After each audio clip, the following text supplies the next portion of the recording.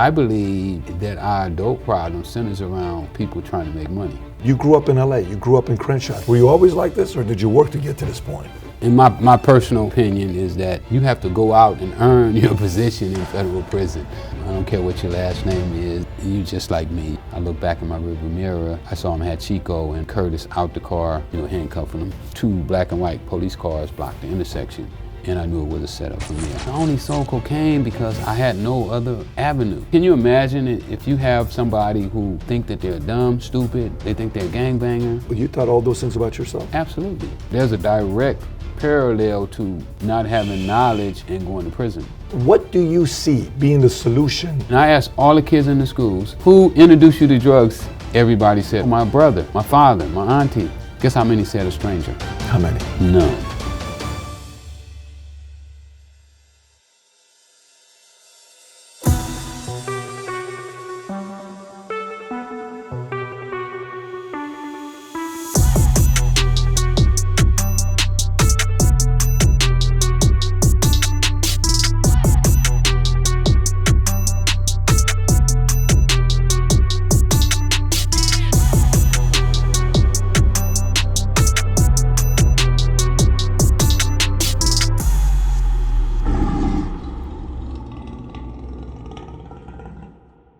So if you've seen the movie American Gangster, the story of Frank Lucas, one of the biggest African-American drug lords in the East Coast, the one on the West Coast was a man named Freeway Rick Ross. In the 80s, he sold nearly $1 billion of crack cocaine, net profits $300 million, which the equivalent of today would be $2.5 billion gross, $850 net, and he did this at a time where he didn't know how to read and write. With that being said, today we have Rick Ross. Rick, thanks for coming out. Man, I'm glad to be here. It's good to have you out here, man. Wow, I'm just blown away, man. Yeah, appreciate you for coming out. I got a lot of directions I want to go. Obviously, I've seen your documentary, and I want to talk about a little bit about your story for some that don't know. But there's also an element of it that I want to talk about. That are you familiar with Sammy the Bull Gravano? I heard of Sammy the Bull. So Sammy the Bull Gravano and I spent some time together. We were having a conversation.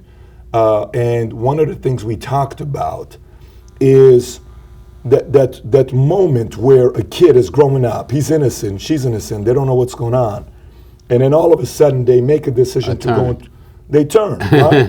And is that DNA, is that upbringing, is that fatherless environment, is that culture, is that experiences in life? I kind of want to hear what you think about that. But definitely culture. We have to give the environment that we brought up in a lot of credit, because in my personal humble opinion is that we are accumulation of everything we saw, heard, and been around.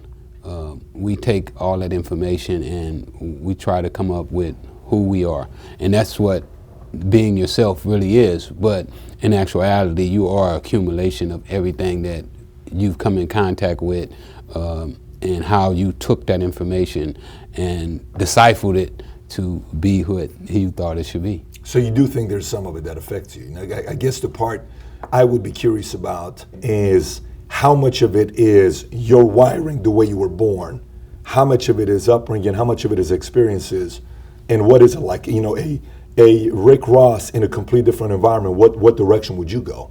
Who would you be today? Well, we can tell that now, because I'm pretty much directing myself in the directions that I want to go in, and I'm no longer allowing outside forces to direct who I am and where I'm planning on going.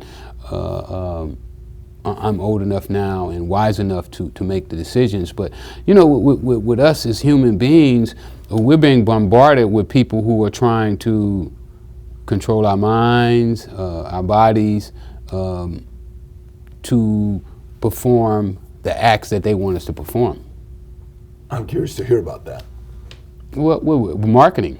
Marketing is a form of convincing people to do whatever the marketer feel like they should be doing. So let me ask you, before you going into, the drug route and you being introduced to it, if I was in high school with you, who was Rick Ross? I was a kid who thought that I was going to one day be playing in Wimbledon or U.S. Open. I had aspirations of being a star tennis player, had never drunk a beer, had never smoked a cigarette, had never hit a joint. Ever? Not at that time, no. Totally a virgin, you know, all the way around, you know. Looking for guidance, looking for directions, you know, not knowing what choices I should be making. And had some miscomings as well, you know, had some defects. What I thought was defects, but wasn't necessarily defects, was a position where I didn't understand the principles and the rules of the game. You know, it's like trying to play football and you've been taught basketball rules. About life. Now, your mother was in the picture, obviously, and your father wasn't in the picture at all. No, father wasn't there. So who played the role of a father in your life? Did you have a coach? Did you have a mentor, a teacher? Well, I've had many people come into my life and play roles of mentor, fathers, and I've adopted people, you know. Did I pick the right people all the time? No. Now, you went to Dorsey High School, right? Yes. I was telling you earlier, I used to sell memberships at Valley Total Fitness, and I would sell them at Fox Hills Mall, which Fox Hills Mall, you know, a lot of my friends went to Dorsey High. Yeah. And we were talking about Dexter, Sexy Dex. There was a guy selling memberships. He played baseball. My memory is not really that well from the past. I'm more of a forward-thinking guy. Like, I could meet somebody last week, and if I run into them again, I probably won't remember who they are. You know, that's one of the reasons that with me, I always try to treat everybody right, because if you treat them wrong, you know, you run into them again and you don't know how you treated them, and then they be like, it's a funny story, you know. When I first got to prison, to Lompoc, USP Lompoc, and I'm walking down the hallway, and this guy comes up to me, and he's about 6'2", 6'3", and looked like he lives on the weight pile, right? He's all muscle. He looked like that statue right there. Almost that big too, right? and I'm walking down the hallway, and he walks right into me. He walks right into you, intentionally. Intentionally. Yeah. And he was like, "You don't know who I am?" And I was like, "No, I don't know. I don't know who you are, but I hope I didn't do nothing to you." And it was just so happened that he was a young kid that I had met when he was about 14, 15 years old. And I did right by him, and I was so glad that I had. You were glad that you had? Yeah, I was glad that I did right by him, because I mean, he looked like that statue right there. I mean, the one thing with you is you didn't create a lot of enemies, though. People liked you. I mean, even your enemies liked you. I hate enemies. I don't want any enemies. Yeah. I want all friends. What was your strategy for doing that? Is it just, you know, respect everybody? Was it as simple as that? You gotta respect everybody. I mean, if you don't respect everybody, then you kind of disrespecting yourself, because in the big picture, we're all kind of joined together. You know, it's like we're all like cells on this planet that have to function with each other. You know, nobody lives on this planet without help from somebody else, you know, and I learned that at an early age, and that was one of my strong points, you know, just treating everybody the way that I wanted to be treated. Now, so you're going up, you're doing what you're doing with tennis. At what point do you say, I don't know if I got a career with tennis, and then you go a complete different direction? What happened there? Well, it was when I was in the 12th grade. It was getting close to being graduation time, and all my friends were filling out their college papers, and I'm saying, yeah, I'm gonna go to college too. And this coach was like, man, I don't think you're gonna make it in college, you know, like, you can't read, you can't write. You can't read, you can't write. Yeah, I couldn't read, I couldn't write. At all? At all. Zero? Zero. How did you get to 8th grade or, you know, high school without being able to read or write? This just kept passing me through, you know. I would do just enough to get by. You know, I would cheat off of somebody's paper for a test, a spelling test or something like that, and it would always be just enough, you know, to get by. And the teachers liked me just enough, you know, to say, you know what, I ain't gonna hold him back. I'm gonna let him go ahead. And I think part of their thinking was that they didn't want to hurt me. You know, they didn't want me to be 16 years old in the 1st grade.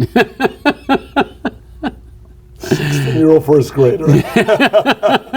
You know, could you imagine that you're 16 years old and you sitting in the 1st grade in little bitty chairs? So I felt that the teachers had some sympathy for me. You think that was a good thing? No.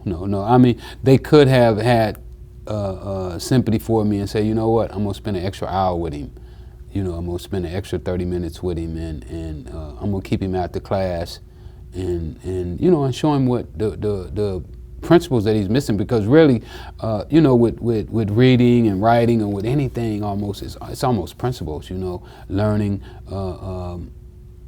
the fundamentals. You know, I didn't know the fundamentals of reading. I didn't know that you had to sound your words out.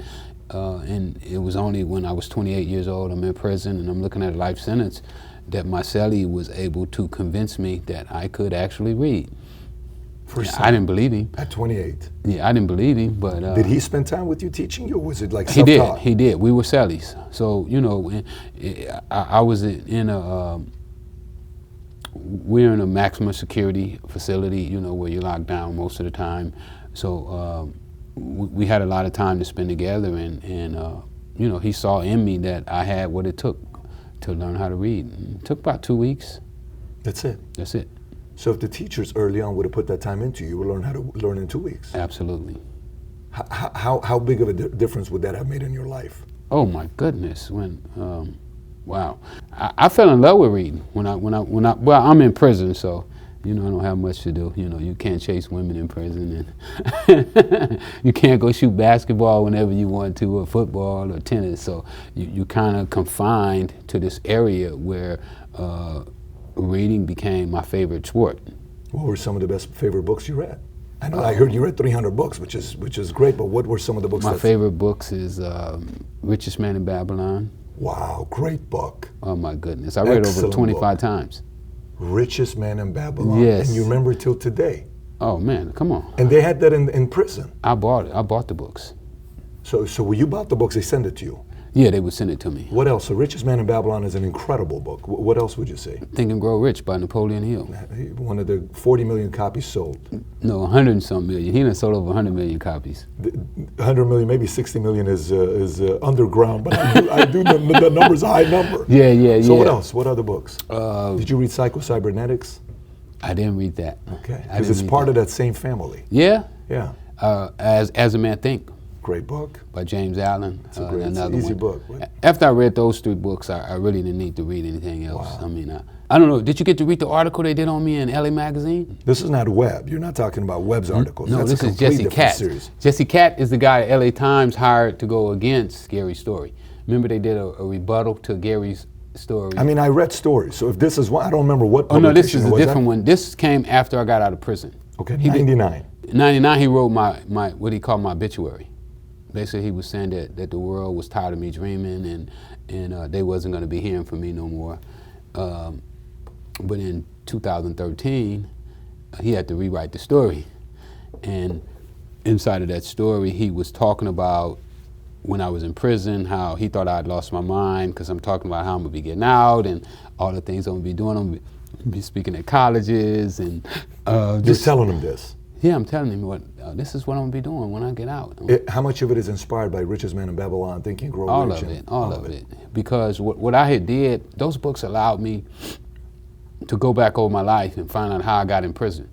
So you know, going back to the question I was asking is, what can happen to change the direction of a Rick Ross at 10, at 12, at 11? Richest Man in Babylon would have changed it. That's what I'm saying. So somebody, instead of reading That Was Then, This Is Now, or Mice of Man. I didn't care why Jack and Jill was going up the hill. You know what I'm saying? They wasn't going to get no money. I didn't want to know about it. No interest for it.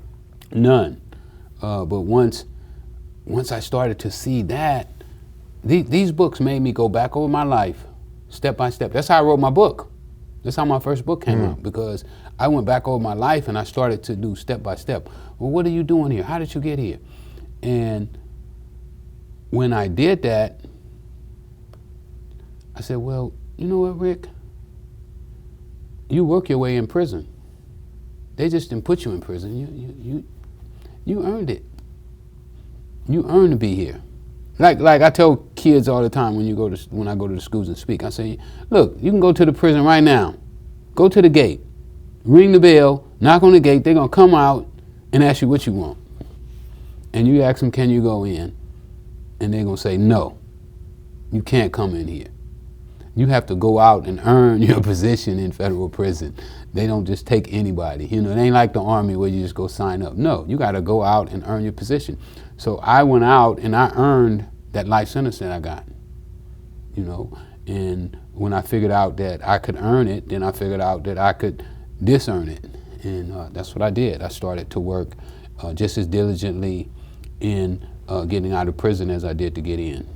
And this leads you to start studying law. Start studying the law, politics. I started studying politics. Why politics? Well, in federal prison, say for instance, if all the judges would have denied all my appeals, then I could have played politics to still get out. In my thinking, and I was thinking crazy too, right? I was going to become so smart that the jails couldn't hold me, that the people of the United States was going to cry out so loud for my freedom that the jails wasn't going to be able to hold me no longer. Whoever the president was, Congress, they all would have been like, let him out of there. We need him on the streets. We need more of him. And that was my plan. The plan was get so smart that they need you in the streets rather than in prison. Exactly. Wow. Now, if we go back, how did you get into the drug world? How did that happen? Well, I just found out that I wasn't going to be going to college. I didn't have any sponsors for tennis. I didn't know what I was going to do with my life. I saw this movie one time called Superfly, where this guy had started selling cocaine and he got rich and he beat the police and everybody, and I was like, wow, what a great dude. And it kind of just went over my head, nothing. I didn't know about the subconscious mind at that time. I didn't know that you can't be giving seeds to the subconscious mind like that, because it'll work and act on it. And then just one day I was just sitting on my porch and I'm contemplating like, wow, you got a miserable life, boy. You don't have gas money, you don't have no food. If your mama stopped feeding you, you're done. And my friend called me and he was like, man, I got something new. And he was like, come by. And I went by and he put it on the table, some white powder looking stuff, and I was like, what's that? And he said, oh, that's cocaine. I said, oh yeah, what you doing with that? And he was like, oh, I sell it. He said, see these gold chains I got? And that's how I got them. And I was like, wow, is it really like that? And he was like, oh man, this is a new thing. And that's how I got started. How old were you at the time? 19. 19. Yeah. So how quickly after that did you start selling? Well, I started that day. That day? He gave me $50 worth to go and see what I could do with it, and I started going around asking everybody. Really, I didn't know I was marketing. I'm asking everybody, hey, you know about cocaine? And is this really cocaine? And finally, most people didn't know what it was. And then finally, I found somebody who did, Martin. That was my first getting beat. I got beat out of that cocaine, and but that was my first sale as well. First sale and first beating. Yeah. And so you go back, and what happens there? At what point do you start scaling it? Well, after he used all that cocaine that I had and didn't give me any money. But later on that day, he came back with somebody else that spent $100, and that's how my business started. It was just kept going after that. So, but at what point were you like starting to make real money? When did you start making real money? That's 19. It took about 7 to 8 months, before I started to do maybe like $300 or $400 every day.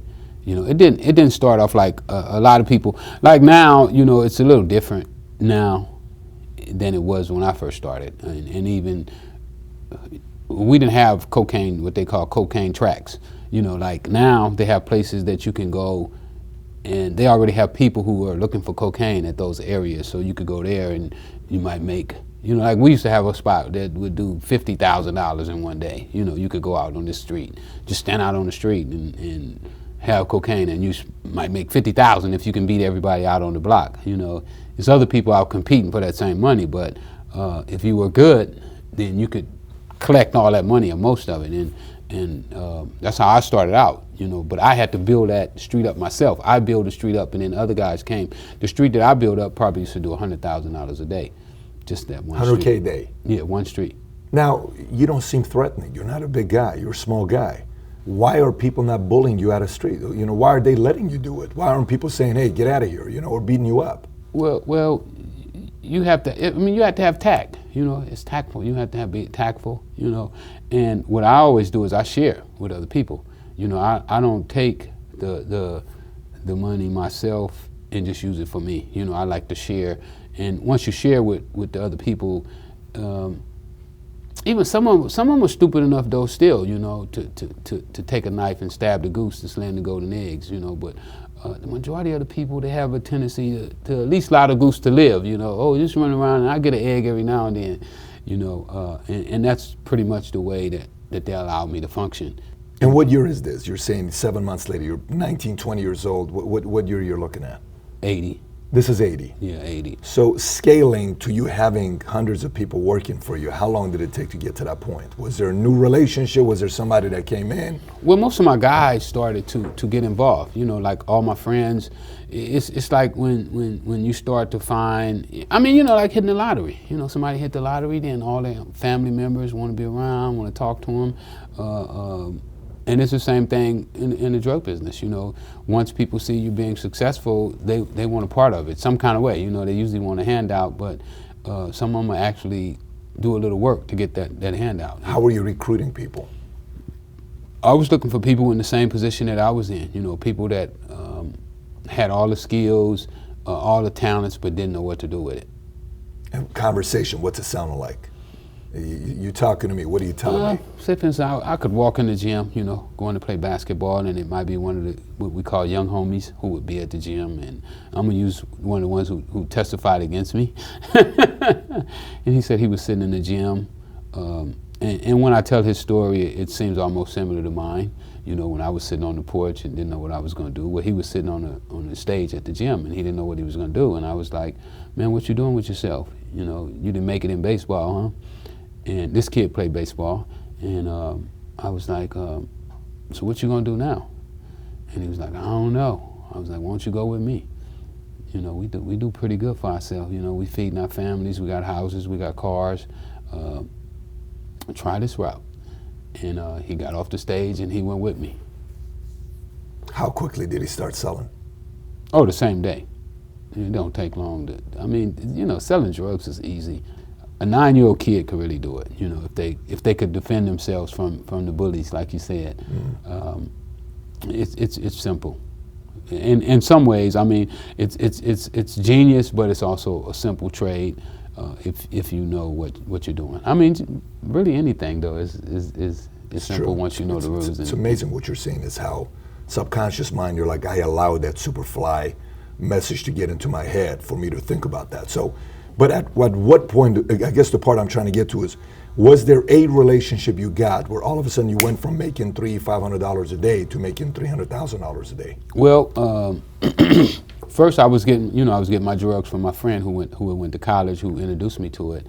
And then I started dealing with a teacher, Mr. Fisher, who had a connection that I didn't know about. And when he turned me on to the connection, I went from, I think we were buying like 7s, you know, quarter ounces, and when we started dealing with him and his friends, our quality got better and our price got cheaper. So it started to escalate from there to where now we're doing $1,000 a day, you know, and it just escalated from there to $5,000 a day, $10,000 a day. And it got to the point to where the first one that we were dealing with, he got paralyzed. His wife shot him in the back. He got paralyzed. Why did his wife shoot him in the back? Was it just a fight? I don't know, cheating probably, you know. Oh, okay, got it. That makes sense. No telling. Yeah. I never found out the reason, but when he got paralyzed, his brother-in-law took over his business. His brother-in-law he didn't really have an appetite for it. You know, he wasn't really like a business guy. So what he did is he sold me to the Connect. He sold you to the Connect? Yeah, he sold me to the Connect. And he sold the Connect to me. How did that conversation, how did the introduction? He came to me one day and he was like, he spoke broken English too. He was from Nicaragua, and he was like, man, I want out of this business. I don't like this business. Somebody had got busted. One of his people had got busted, and he was scared that they might tell. So he was like, man, I don't like this business. I want to be out, but I want to introduce you to the connection. And I was totally for that. And then, you know, price came up, how much? And he wanted 100 grand, but I was able to talk him down to 60 grand, where I gave him 60. Just for the connect? Just to introduce me to the connect. So you give him the 60, you get connected, then what happens? We start booming. How quickly? Well, I was already ghetto rich at that time. You know, I probably had a few $100,000 at that time. How old are you at that time? Were you in your early 20s, 21, 22? 22, 23 maybe. Okay, got it. Still young, but, yeah. you know, up in age, you know. The day we met, me and Donnell first met, I think we did like 50 kilos that day. Day one? Yeah, day one. Where'd you guys meet? We already kind of knew each other, you know. Like, it's like you know somebody, but you don't, you know, like, man, I sure wish I could talk to him, but, you know, but we had never, out of respect, you know, you can't jump over your connect, you know what I'm saying? It has to be done properly. So I'd already knew who he was, so meeting him was just like, okay, this is what I've been waiting on. So he dropped the price a couple $1,000 as soon as we met, you know, a couple thousand per kilo. And I mean, you're talking about a couple $1,000 per kilo is a lot. You know what I'm saying? You do 50 keys, that's 100 grand That's 100 extra. grand, yeah. Extra, not what you've been making, but this is 100 grand extra. So you start making that kind of money every single day. And then, you know, now some days we're doing 200 kilos, you know, one day. A day, yeah. And each kilo you're making how much profits? 2,000, 2,500. Yeah, I mean, it's according to who comes. You know, the guys who are buying like 20 kilos at a time, you're probably making like 2,000 off of them, 2,500. Who were your customers, Bob? Were most dealers your customers? Dealers, Dealers yeah. were your I was customers? dealing with dealers. I kind of like created my dealers too. You know, I had come up with a formula where I would go into the community, and by me knowing, I grew up there, so I knew all the players. You know, I knew them. So I knew who would be basically what they call the influencers now. You know, the guys who was telling people what to do, how to do it, and they ran their neighborhoods. Shot callers is what we used to call them. Why did the shot callers allow you to keep the influencer blending and not go through you to get direct to the connect? Well, they didn't know who he was. I wouldn't let them meet Blandon. So I could buy my own drugs, so they never had to see Blandon. You know, when Blandon would come, I had the money to buy all the drugs, and then I could take the drugs and sell them to When them. they asking you, like, hey, you know, Rick, who's the guy? Who's the guy you're getting your stuff from? No, nobody was asking. No. Literally, nobody was asking. Why weren't they asking? They were doing better than they'd ever thought about doing before in their life. But greed gets some people to want to go through you and, you know, get even a bigger contract. What they do, I mean, what wind up happening is eventually, you know, when these guys become millionaires, and then other dealers come into the city, and that's why the price went down so low. You know, before I went to prison, first kilo I bought, I think I paid like $48,000 for it. The first whole kilo I bought. But now, when I was buying ounces, I was paying $3,300 for 1 ounce. So you're talking about if you do 33 times 36, you're talking about paying something like 100 and something per kilo. And when I first started buying my first kilo, I paid 48. So the price was substantially lower at that time. But before I quit, the last kilo I bought was like 9,500. Get out of here. Yeah. From 100 plus, 48 to 9,500. Yeah, so that shows you how much the price came down. And this is during the height of the war on drugs. So even though the Reagan era. Yeah, the war on drugs was going full steam ahead, the price of the cocaine was going down, which was making it more accessible to more people. How are you staying low-key at this time? I just dressed the way I always dress, you know. I didn't need any jewelry. I came to a point in my life to where I didn't need to show anybody what I was doing, you know, who I was or how I wanted to be perceived. So you take me the way I am or leave it. Did you ever watch American Gangster? I did. So when you watch it, what'd you think about it? They were pretty close, you know. It wasn't bad on mine. I enjoyed some of the other guys on there that I watched, and I learned lessons from them as well. I mean, you know, it's like a lesson. You know, you can take lessons from it.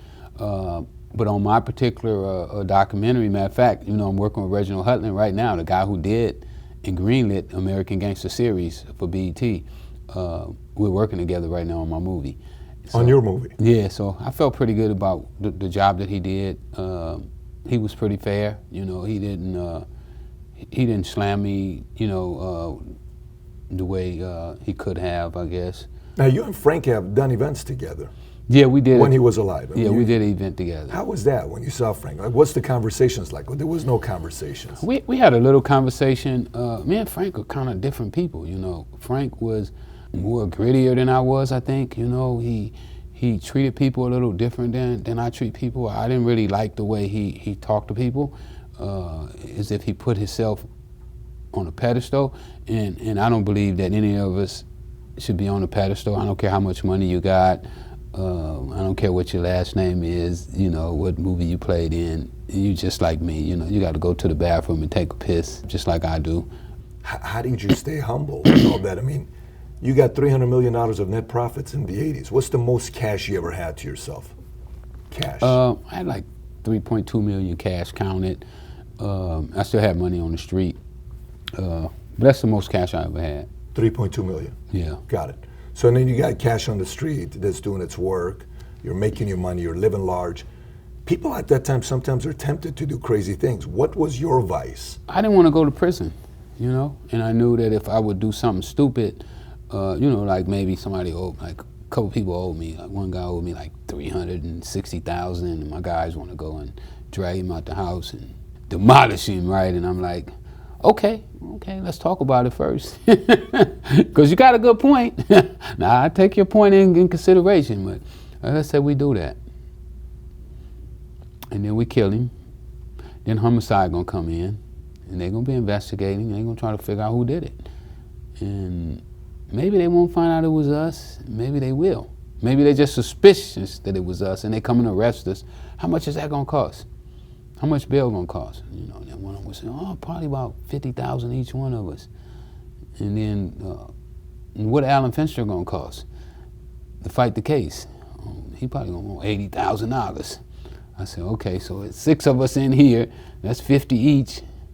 You know what I'm saying? So that's 300,000 plus Alan's 80 just for one, and then we got to get everybody else lawyers. We ain't gonna get that money back. So were you a math guy? If you couldn't read or write, I love math. It's very obvious. I mean, you're just doing math right in front of me, talking to me. Yeah, I love math. Math. I think math and science is really all we need. If you can do math and science. Why do you say that? Well, the art of science is breaking things down to figure out their origins or what it's going to do, in the future. Like when you plant a seed in the ground, you are looking for it to perform a certain function in the future, and that's pretty much what life is about. The thing that I think that I do well is I can take what's going on today and see what's going to happen tomorrow.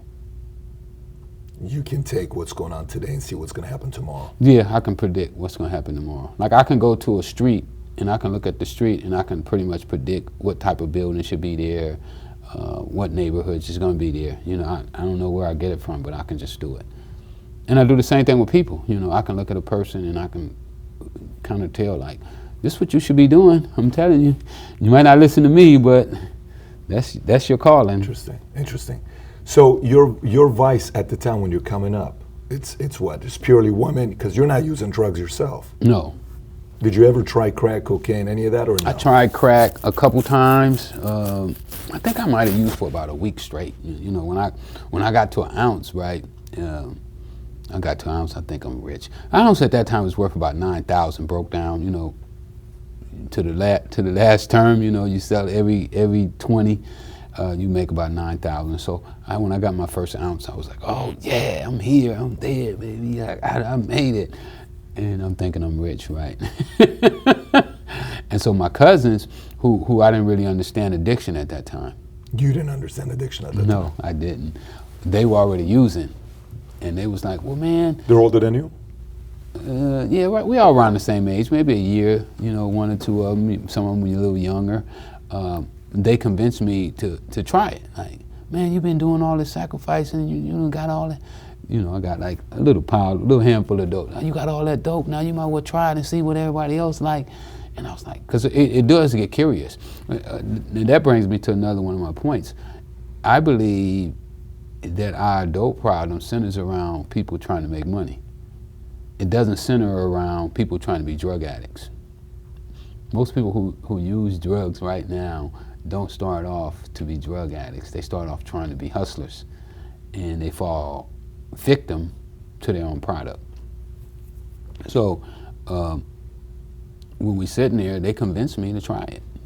And I tried it, not too bad. Lucky for me though, I got sick.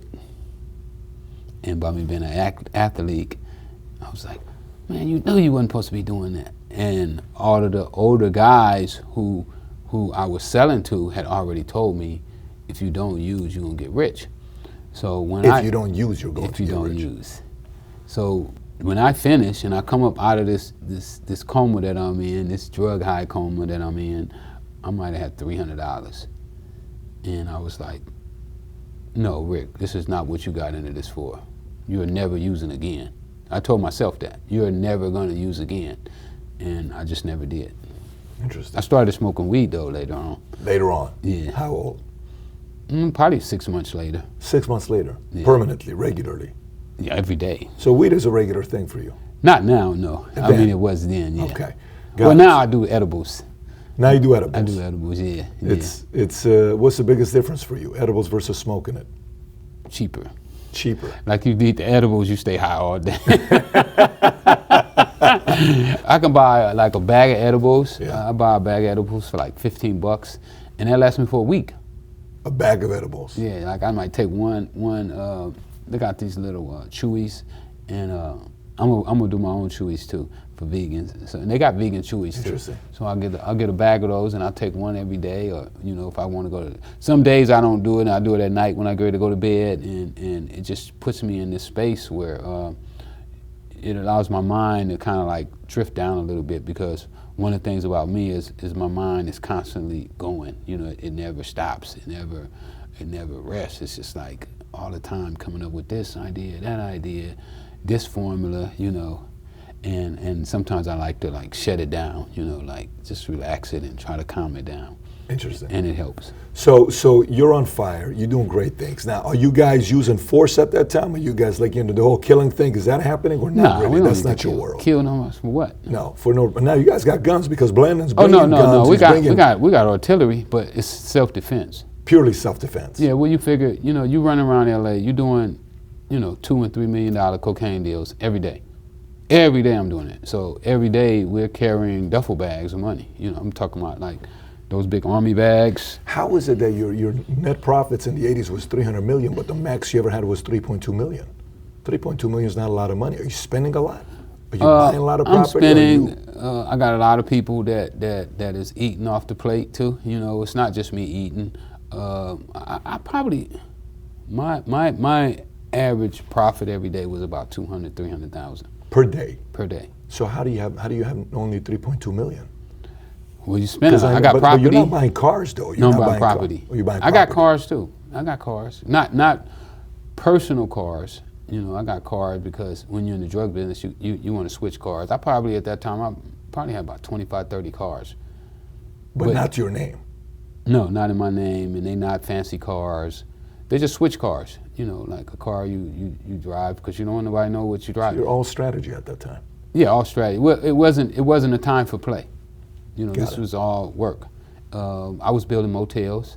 You know, I had a motel. And I think I built my motel, I was like 22 years old when I built my first motel. Because my mom kicked me out the house. She found out I was selling drugs, so she kicked me out. So now I'm living in motels. And I was like, wow, these motels $45 a night and I can't get a room. You know, I'm standing outside the hotel room and they don't have no rooms. And, you know, I got $100,000 in my pocket, but I can't get a hotel room. And I was like, that room can't be that expensive to build. You know, why don't you build one? And I started, and I built a motel, and before I got arrested, I was in the process of building like 3 more. And that's really where I spent my money, you know, buying houses. You know, I would be driving down the street and I see a house that was abandoned, boarded up, and I'd be like, oh, I'm gonna buy that and fix it up. This house should look like this. And At the max, how many properties did you own? Max. probably about 30. 30 properties, max. Yeah, if I would have had all my properties right now that I had, I'd probably be worth about 150, 200 million dollars right Oh, so commercial property. You're not talking about regular like homes. now. No, I didn't buy a home for myself. Okay. I didn't want a home yet. So you're living out of what? You're living out of an apartment, or you're living? Apartments, houses. One of my places, you know, I would have, my girlfriends had houses. You know, I bought them their houses. But it wasn't the kind of house that I saw myself living in forever. You know, it was like, you know, nice neighborhood, you know, just a nice house, you know what I'm saying? But they were young too, you know, 22 years old, 21 years old. They got a house and their mama didn't have a house, you know, so they felt good about themselves. And at this point, you're running in 42 cities. Is that the right number? Is it about 42 cities? Not me personally. I probably personally did about 6 or 7, maybe 8. 6 or 7. Yeah. How come you don't want to scale? Did you have any desire of scaling, going into a different state, going to Nevada, going to New Mexico, Arizona? It's hard to do it, you know, by yourself. You know, it's crazy, and you know, I don't really want to, you know, be dumping on my friends, but I was almost like I was doing everything myself. You know, when I was sitting in prison, and I was like, you know, your guys ain't sending you no money. Your guys ain't looking out for you. And I was a little mad at them, you know, like, wow, I come in here, you know, didn't say nothing about nobody, kept my mouth shut, nobody got arrested, but nobody really, like, looked out for me. You know, the only person really came and see me was my mom. My girlfriends came, you know, the first couple months, you know, but they wore out fast. So then now you find yourself, you're in prison by yourself, you know, nobody, and you start to, like, analyze your company, you know, the people that you kept company with, and you're like, why aren't they doing more for me? You know, why aren't they trying to help me accomplish my missions? You know, and as I analyzed them, I started to see defaults, you know, things that they didn't have, and it was almost like I was kind of like propping them up, you know. Matter of fact, I had a speech with them a couple weeks ago, and I was telling them it's like that sometimes I feel like I'm working with the bad news bears, you know, the guys who can't run, they can't bat, they can't run. It's like, wow, man, when you do, it's gonna pick your axe up, and it's hard to find good people. I mean, you know how that is. Who's friends with you till today? Out of the guys you all ran my with? friends, all my friends. Out of the guys you ran with? All of them. I can call any one of them right now if I need whatever. They'll do whatever for me. So the same guys didn't show up, are still friends till today with you? Yeah, and when I say they didn't show up, it's not necessarily a bad thing that they didn't show up. They just didn't know. They just didn't know that they should be showing up. They didn't know. Like the other day, I was talking to my friends and my families, and I was telling them, like, I work right now so that if my friends need my help, I want to be in a position to where I can help them. They would help me if they could, but they can't because they're not putting themselves in a position to be able to, if that makes any sense. So you don't put any of it on them. You're not even putting any of it on them. You don't have any, you have zero expectations of human beings in the world. Is that a fair statement? Yeah, pretty fair statement. And because of that, you're relaxed, you're free, you're happy. Nobody can disappoint you. No, they can't. No one can disappoint you. No. Were you always like this, or did you work to get to this point?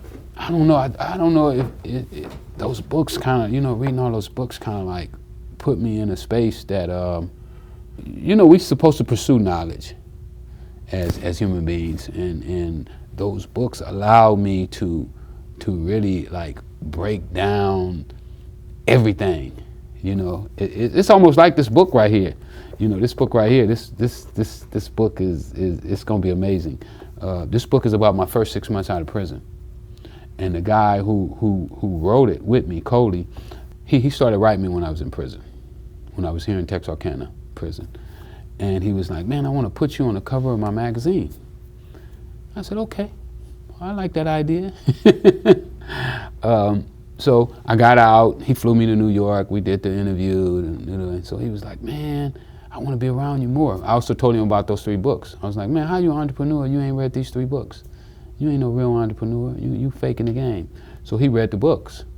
So when he came out to hang out with me, because I really didn't have no friends. I mean, my old friends was there, but you know, they're homeless and How old are you at this time? I got out when I was 49. 49. Yeah. This is September 29th. Yep. So we riding around and I look at him and he keeps jotting down in this notebook. And I was like, man, what are you doing? Every time we come out of a meeting, you always jotting down in the book. He was like, oh, I was just documenting the meeting.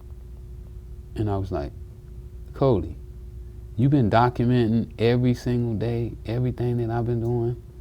He was like, yeah, man, I like the way you work those principles. I said, Cody, that's a book.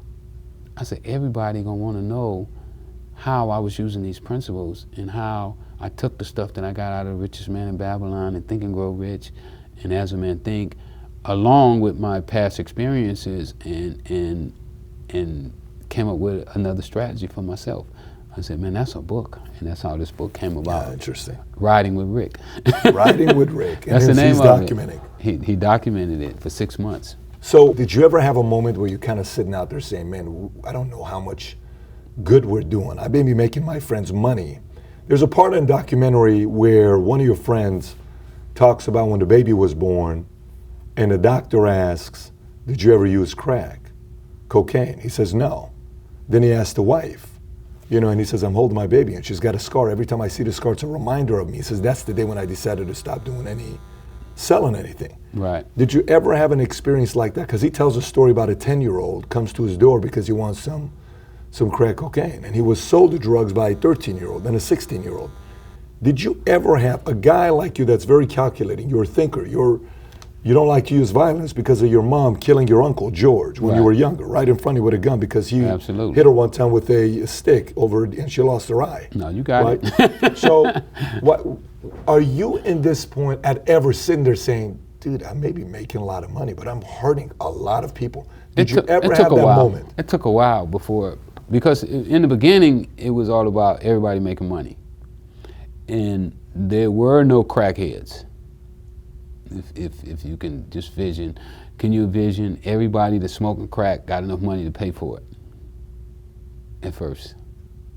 One of the worst things about it is that you can't get enough. You're not gonna OD, but you're not gonna get enough. I mean, if you sit here and you got 4,000, not gonna be enough for you. You're gonna keep going until the whole 4,000 is gone. It's like their mentality of people who use crack. They want to burn up all their money. When I first started, it was really crazy. You know, you would hear people saying, yeah, I blew 500 last night. And I'd be like, what, you blew $500? So the main thing was it in the beginning was they weren't sleeping on the street, they weren't prostituting. When did that happen though? I mean, it took a couple years. Even a couple years later though. Like, did you have, I guess what I'm trying to find out from you is, from that perspective, is, are you purely a logical guy where, you know, you're cold to the point where I don't see any of this stuff? Oh, no, I started that's not you. I saw how you got emotional about your kids. I started to see it, but it took a while to see it. You know, you just don't see it. What was the first time? What was the first time where you're like, oh, we're actually hurting people? Well, the first time that I really, well, let me say this here. I started to feel like a hypocrite is when I noticed that I started to change my mindset, because at first I used to give it to my girlfriend, I used to give it to my brothers to get high. You know, I had enough. Here, go and get high. You can't smoke all the cocaine I got. So here, go get high. But it came to a point to where I no longer would give them cocaine. And then I didn't want them getting high anymore. So at that point that I knew it was addictive.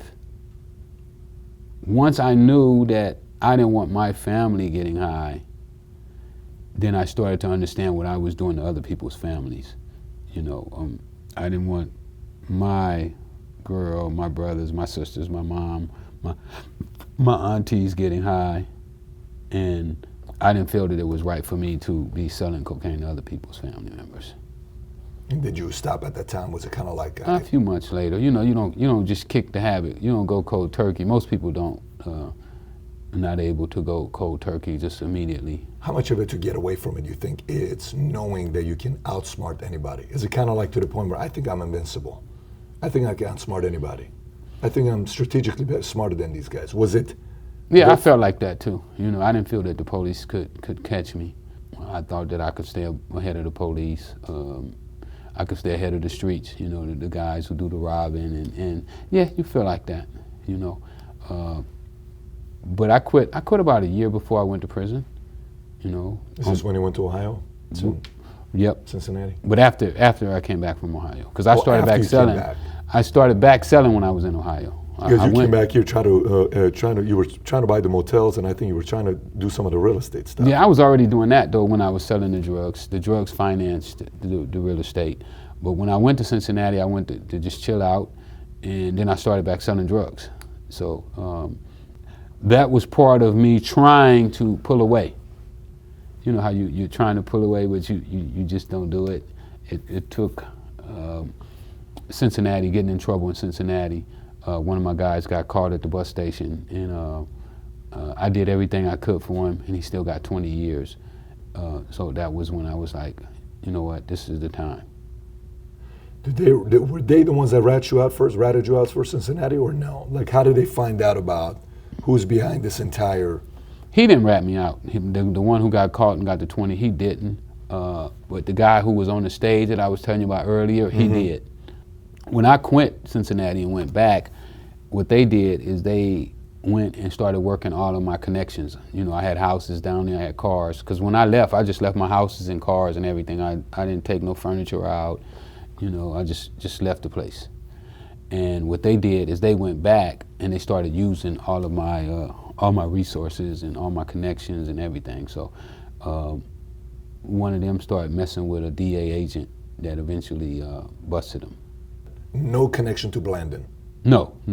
So at this time, you and Blandon are still good. You're still doing business regularly. Yeah. He is financing what he's doing for the freedom fighters, the whole CIA conspiracy. Yeah. You know, with Nicaragua, he's doing what he's doing. He's being allowed to do what he's doing. What happens for you to get caught and go to prison first time? They told on me.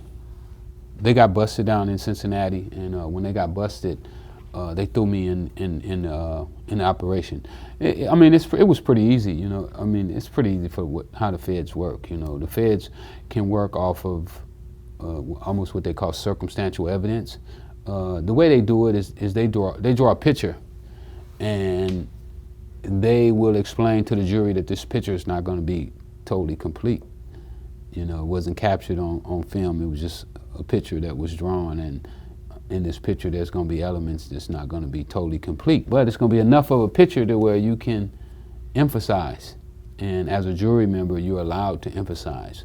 So what they did is they came up with evidence. First, they proved that I was in Cincinnati. You know, they had like some rental agreements, and one had my fingerprints on it. I also had a fake ID from Cincinnati. They had that.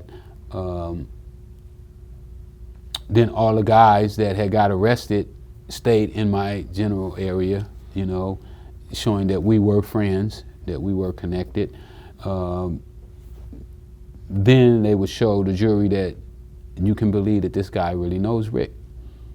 And if you believe what he's going to say about Rick is true, then you can convict Rick of what he said Rick did. And they were talking about, oh, I was with Rick one day and he sold 10 keys, and he sold it to this guy, Ronnie B, and he sold 5 to this guy, Jerry, and, you know, and so forth and so on. And he went to New York one time, I went with him, and we stayed at this hotel one night, and we did this deal, and that's how they build their case up.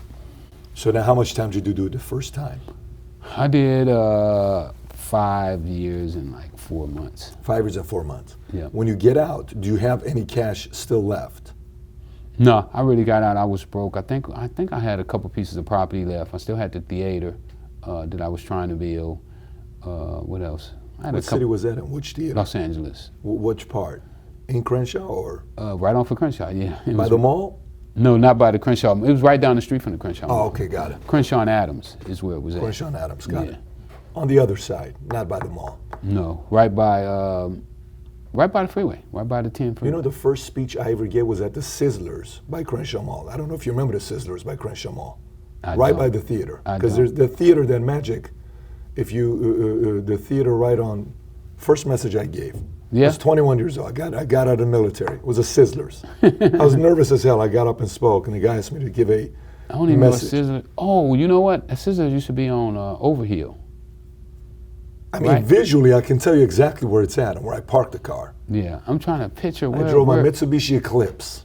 I'm trying to think of where Sizzlers. It had to be behind the mall, like right. It was behind the mall. Okay, Like yeah. it wasn't at all by it. It was completely behind the mall. Yeah, I know what you're talking This about. was in '99, though. We're talking about 20 years ago. Yeah. Right after the military. I just went to prison. '99. Oh no, 99. No, I'd been 89. here You for. went to, Yeah, 89 is when I went on the first. So you do 5 years and a few months, you get out. When you get out, now what happens? This is when I'm gonna live a clean life, I'm not gonna do nothing, and then you get back Yeah, into I'd it. already came up with a few strategies of what I could do. My plan was to go in the music business. I still had the theater. I felt that this theater would be like the Apollo, because you know, when I started to analyze my life, I looked at it. I could have been the king of hip hop. King of hip hop. Yeah, I could have been the king. What do you of mean hip-hop. by that? Well, I had the opportunities to do deals with some of the biggest people ever in hip hop 80s. in the 80s. Yeah, Kind of like what Suge did. yeah, but before Shook. But, okay, so like NWA. And maybe Craig. even bigger than Shook, because You this think this so? was before. Yeah, I had money before Russell had money. You know, I remember when Russell was running around L.A. with LL Cool J and Run DMC, and he didn't have no money, and he was looking for money. You know, and I could have went to him and gave him money. Which one of the hip hop guys in LA knew you? I know Warren G was, you know, maybe an Well, associate I or a knew friend. I but knew who'd you him know? before Warren G. This was before Warren. This was like DJ Pooh, Dr. Dre, when they were barely being known. At that time, the hot rappers was like King T, Master Spade, Tiny Master T. Spade talked about you. The whole $300 into $900. Yeah, He talked yeah, about you. yeah. So I was right there when those guys were first learning how to work the drum machines, and then I also had the other end where I knew the guys who were distributing music. You know, I knew Otis Smith, I knew Dick Griffey, I met Berry Gordy one time. So it would have been very easy for me. Why don't you do it? Why don't you get into it? Well, I did. You know, I gave Otis Smith $600,000 to do Anita Baker's first album. But I still had my foot inside the dope game, and I wasn't really like putting my energy into the music. I didn't really understand that where music was going at that time. You know, I couldn't see that hip hop was going to blow up. And I'm also listening to Otis and Dick and these guys who were telling me that hip hop was a fad, that it wasn't going They to be told you around. hip hop is a fad. They told me hip hop was a fad. Literally. Literally, yeah. That Wow. they are the reason that I'm not the king of hip hop. Unbelievable. That I listen to them because they had platinum and gold albums. You know, I think Otis had found Rick James and Bobby Womack and Johnny Taylor, and Dick Griffey. You know, he found Babyface and Midnight Star. Midnight Star. Midnight Star mean like Reggie Calloway. Yeah. Dick Griffey found. Jay King, some of these names. Yeah. You Dick remember Griffey. Jay King, Club Nouveau? Yeah, I know Jay. I got Jay number in my phone. I sold Jay an insurance policy 15 years ago. Is that right? Jay one time says to me, he says, hey, I said, Jay, what do you want to do? He says, you want to sell some policies? I said, I do. Jay took me to, if he's listening to this, he's going to crack up. We went to Beverly Hills Hilton Hotel. We sat down, LL Cool J came, Suge was there. I said, Jay, I can't sell a policy to Suge Knight. No one's going to sell Suge Knight a policy. But Jay Yeah, I knew knew a lot of Suge. the I good met Suge guys. when he first got started. How was he? Was he a tough guy? Was he rugged or no? Was he? I believe he took a lot of Harry O's traits and a lot of Harry O's ideas of how to really do the business. Me and Harry O were cellies when we was in prison, and I was there when he told David Kenner. It was me, him, and David Kenner sitting in the attorney room, and he was like, "I'm gonna teach you how to make more money than you ever would have made doing law." And I was sitting right there with him. Interesting. So now you're out, okay? 5 years, few months, you're out. You're getting back into it pretty quickly, or are you kind of taking a break from it? From what, the drug business? The drug business. Oh no, I'm not doing no drugs. At all? At all. And then how does blending come in? How does that whole... Well, he started calling me the same day I got home. I guess, DA probably told him, okay, we letting him out today, get started. So what I'm doing now, I'm running around, and my goal now is because I saw Death Row. I saw how Harry O and Shook did Death Row, so I'm working on the music industry. I'm going to do the same thing. While you're creating your youth center, because I know you were creating a youth center. I was doing the youth center. And that was a whole little strategy too that I put together. The youth center was going to be, it could be a youth center / concert hall where all the rappers, my theater would have held like 4,000 people. 4,000 people? Yeah, it had a stage big enough to put like 4 cars on it. 4,000 people? It was 40,000 square foot building. That's a good size. Yeah, I paid $1 million. What did I pay for that? $1 million too? With what money though? You said you came out, you didn't have money. No, I had bought it before I went to prison. Oh, got it. So that's one of the properties you still had? Yeah, I still had that. And I've been paying for that $6,000 a month while I was in prison to keep it. Because I put $900,000 down on it, and I still owe $300,000. And the way that the thing got rolled up, because my girl finished the deal, I didn't finish the deal. I started buying it, and I got arrested in between me buying it and finishing the deal. So she allowed them to write the paperwork up for $6,000 a month, which was too much. I shouldn't have been paying that much. So the whole time I was in prison, I was paying $6,000 a month on a building. So when I got out, my intention was to create like a West Coast Apollo for rappers. And it was on Crenshaw and Adams. So what I saw is this grand place where every rapper in the country would be saying, man, I want to go to Rick's place. What year is this now? 94. 94. Yeah. So did you have any run-ins with Tupac? I never met Pac. I didn't meet Pac because I was messing with Rodney and Joe Cooley. I knew Rodney and Joe Cooley. And when I got out, Pac and Joe had just had words. And so before I met Pac, Joe was telling me that he had just dissed him or something. Pac dissed him at one of the shows. So I didn't have no intentions on going to meet Pac. It was like, if we meet, but I'm not pursuing a meeting with Pac. He knows of you at the time, obviously. I'm pretty sure he did. Yeah. I'm pretty sure he did. So you're trying to do this part. Blandon calls you. He keeps following up with you. Then what happens? Well, he's trying to get me to do a drug deal. This is you and Chico. Well, this was before Chico came in the picture. Chico came in the picture later. He had been trying to get me before Chico had even came in the picture. Chico came in the picture because one of my old friends, Chris, who had been one of my main guys when I sold cocaine, had came by and he was like, yeah, man, my young boy, he's like, my young boy Rick, you probably remember him. He was young when you left the streets. He's doing good now. He got studio equipment and blah, blah, blah. Chris had just got out of jail too, from Texas. He was out on bail. And he was saying, you need to hook up with him because he's doing the music thing too. He got all the equipment and blah, blah, blah, blah. And I was like, okay, cool, hook us up. So he hooked us up. And matter of fact, the day that Chico met Blandon, we were coming from Dick Griffey's office doing a record deal. When you met with Blandon? Right, so what we did, we was coming from Dick Griffey's office, Blandon called me. I was like, oh man, let's just go by there and get a couple burritos from his restaurant and we ain't gotta buy no food today. And so we really stopped by to do that. And then he started talking about cocaine and Chico was like, man, let me do it. And how much after that did he do it? I know it's a $300,000 deal or $350 somewhere. No, it was supposed to be $1 million deal. It was supposed to be $1 million deal. The $300,000 was just a down payment. On $1 million deal? Correct. 10,000 per? Yeah, 100 kilos. $1 million deal, 10,000 per. So is it that day? Is that the day when the deal was made and everybody showed up, or no? No, it took a couple weeks after that. He kept probably about 2 or 3 months after Were you that. paranoid at all? Why is this guy keep following up, or no? I didn't really, you know what I credit myself, it's almost like a drug addict who's trying to kick the habit, and you keep dangling. Come on, man, just try one time. Yeah, come on.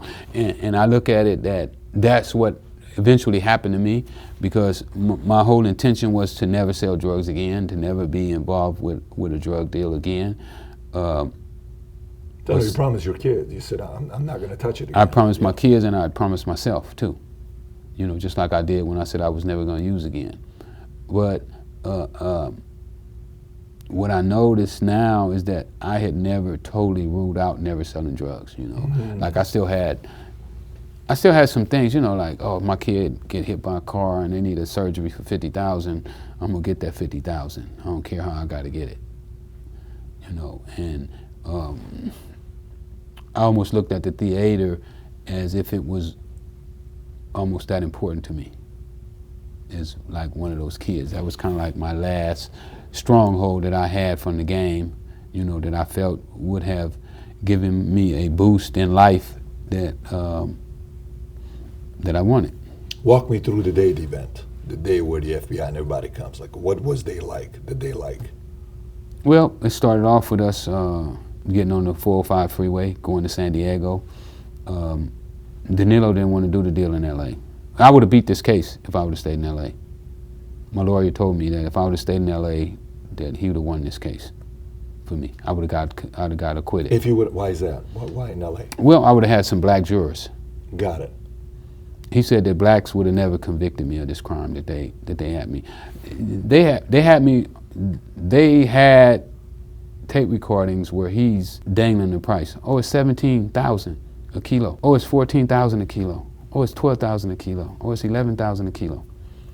So those are all inducements to induce you into, which is illegal. They're not supposed to. The law is supposed to be to catch criminals. It's not to entrap a law-abiding citizen. But the people who wrote the laws were smart enough to know that innocent people can be duped into doing a crime. Tempted. Right. Say, for instance, if somebody's been walking for 2 or 3 days and they walk down the street and this guy's like, hey man, there's some keys in that car. And you never even thought about the car. But now he just put that on your mind. That's inducement. That's inducement. Yeah. And it's entrapment. So 17, 14, 12, 11, 10. Yep. And at 10 I broke. What would you have made on that deal? On that $1 million deal, 100 kilos, how much would you have made? I think they were going to give me $150,000 each for setting the deal up, for hooking them up. Oh, they were going to pay you. I got it. So you're not part of it. Kind of like you paid the other guy $60K. They would have paid you $150K here. Correct. I got it. So Chico's going to do the deal. He's doing $1 million deal. You're not involved.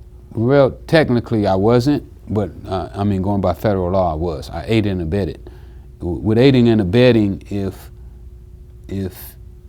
I know you're doing a dope deal and I hand you the keys to my car and you go to do that dope deal, then technically I just aided and abetted you in that crime.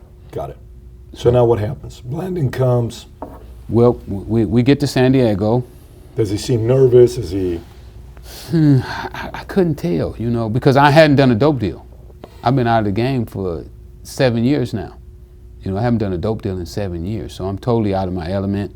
And it's crazy, people might not understand what that means, but it's like when you haven't done something for a while, you're not practicing the way that you always practice. I mean, your timing is off. It's just not, it's not you. You're not the same person you used to be. So we get there. It was nighttime. We was planning on doing the deal as soon as we got there, and he's, oh no, I can't get to the warehouse right now. We got to do it first thing in the morning. So we wind up having to get get an apartment and spend the night there. I was still on parole too. Wasn't supposed to be in San Diego. That was a violation for me to even be in San Diego. So we woke up the next morning. We went and met with him at a Denny's. He asked for the money. I told him we want to see the drugs. He had this white guy with him who's a DA agent posing, you know, as another one that connects. Chico handled the money. They told us where the car was. Danilo handed me the keys to the car. I threw the keys to Mike. Mike jumped in the car. I opened up the back of the car and looked at the boxes where the kilos were supposed to be. I saw some packages that looked like kilos. They were wrapped in tape and everything like normal. And I told Chico, okay, everything good. I jumped back in my car and I commenced to taking off. When I pulled out, this car tried to cut me off. And I swerved and went around it, not really paying any attention. But then when I got up a little ways further, 2 black and white police cars blocked the intersection. So I had to swerve, turn from missing them, and I knew it was a setup from there. I looked back in my rearview mirror. I saw him had Chico and Curtis out the car, spread it out, you know, handcuffing them. And I saw him have Mike, and then I saw Danilo standing on the side with the DEA, you know, laughing and you know, like a job well done.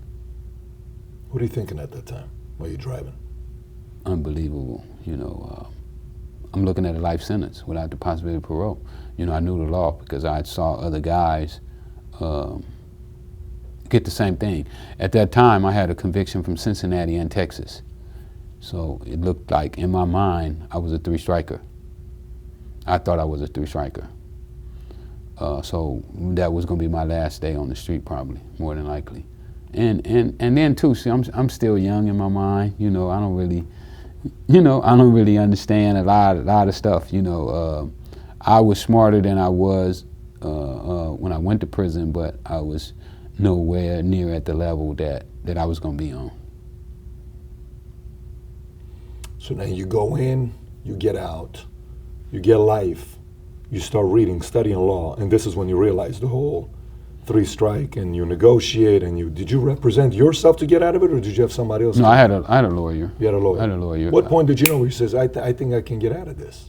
It was probably after about 3 years of being in, and we were getting ready to get sentenced, and I told my lawyer, I was like, look, man, you know,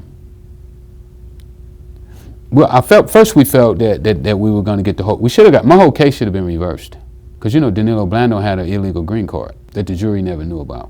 I felt that had the jury known that his green card was bogus, that one of the agents forged his green card, could have made a big difference in front of the jury. But, you know, the appeals court and everybody said it wouldn't have made a difference, you know. But technically, he shouldn't have never been allowed to testify. He should have never been allowed to testify. No, because he shouldn't have been allowed to do the setup. The law states that if you are an alien that's convicted of a drug crime, you must be deported. Not that you can be deported, you must be deported. Can the government, through immunity, give them the freedom to say it's okay, we're not going to deport They you? can. They can. The Attorney General or the President of the United States. Those two. Only ones. Interesting. Happens all the time, though, with these immunity deals. Very interesting deals. They break the laws, their own laws. Right, but the only person that can allow him legally are those two people. Not an INS agent, not the chief of INS. So who's the president in the late 90s? Bill Clinton was. Bill Clinton was. He didn't do it. Attorney General did it. She didn't do it either. Then who did? A DA agent, INS agent forged his green card. How do you know that? Well, we got a tip. My lawyer was in his hotel room, so an INS agent calls him and says, Mr. Finster, I got some information for you. I don't like what they did to Rick. I think what they did to him was wrong, and I got some information for you. So my lawyer said, what you got? He said, well, I don't really know what they did to get this green card, but it was illegal. He said, it's almost impossible to get a green card for a convicted felon, especially somebody who has sold as many drugs as he has sold. I think they convicted him for over 10,000 kilos of cocaine. So when my lawyer get this call, the next day we go to court, we go into trial. This is during trial. And what year is this? 96. 96. Now we should have had this information in Brady versus Maryland Brady versus Merlin is saying that the government's supposed to turn over any information that's favorable to my defense. You know, if it makes the cop look bad, make the informant look bad, they're supposed to turn it over to us. But they haven't turned anything over to us. They hadn't told us how he got his green card or none of that. So we go to court, so my lawyer, we sitting in court and my lawyer's telling me about it. Man, I get this strange call last night from this guy. Weird call. You know, my lawyer, he's straight by the book, one of those bookers. And he was like, this guy tells me that Danilo shouldn't have a green card. I said, yeah? He said, yeah. He said, you want me to question him about it? I said, yeah, ask him about it. Let's see what happened. I said, you know, I'm looking for anything. I'm drafting for straws. I'm in the middle of the ocean. Boat went down. Of course.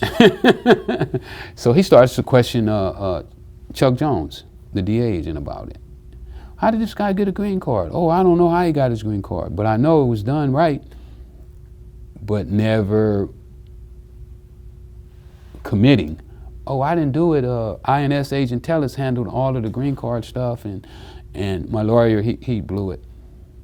He blew it. He blew it. He should have put Tellis on the witness stand.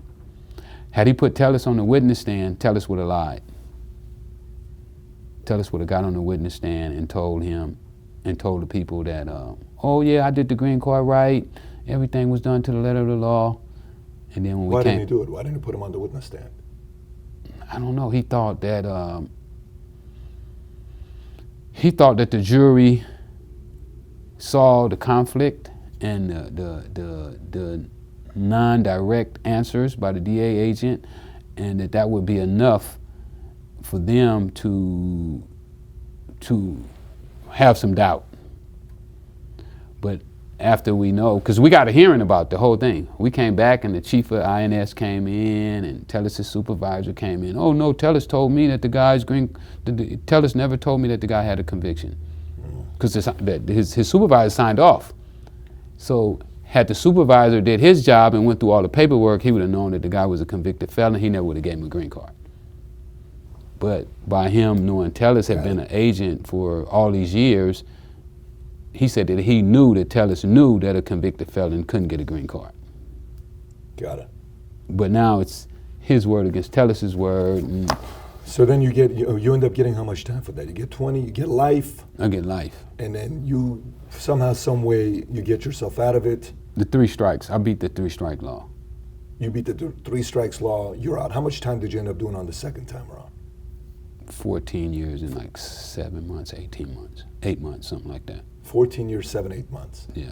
Now, at this point of your life, how certain are you the CIA was involved in the whole thing in the 80s?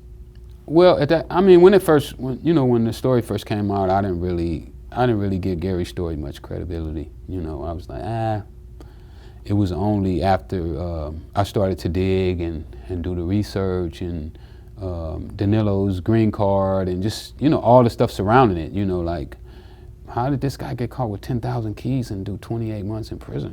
When they got guys that got caught with two ounces that's doing life without the possibility of parole. How did this all work, and I guess the really convincing point for me was when the CIA did their report, and they said that, yeah, we knew these guys were selling drugs.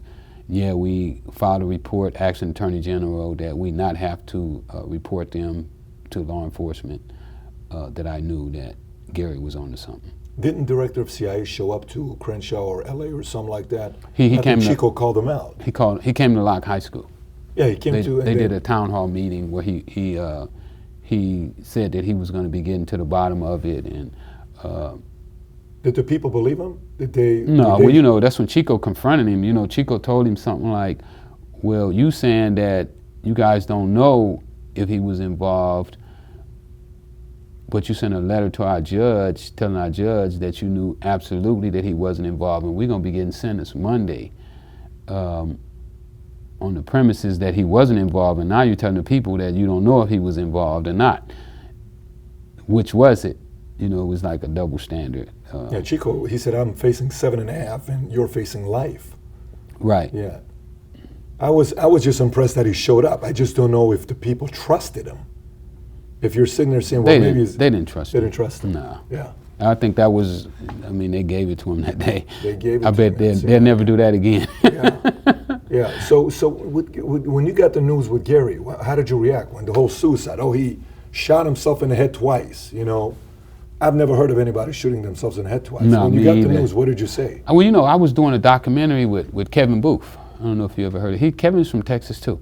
Matter of fact, Kevin is the guy that introduced me to Alex Jones.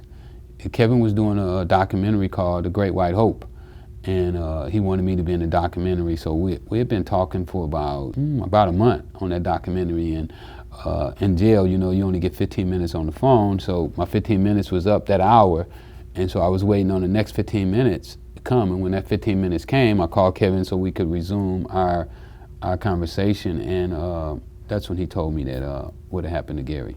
I was totally blown away, couldn't believe it. It was just like strange for me, like, you know, how could somebody who such a champion for justice, you know, how could he be gone like that, you know, and he was in the middle of his life work, I guess, what I would call it. Did anybody investigate it or no? Did anybody pursue to see, you know, who it was, anything like that, or not really? I don't really know. I think people were fast to have it done with, you know, to be over it and to be gone to the next thing. And I know the government was definitely glad that Gary wasn't around. I mean, Gary was I mean, not just what he did with that case. I mean, Gary did so many great articles and things for society. Pushed the envelope.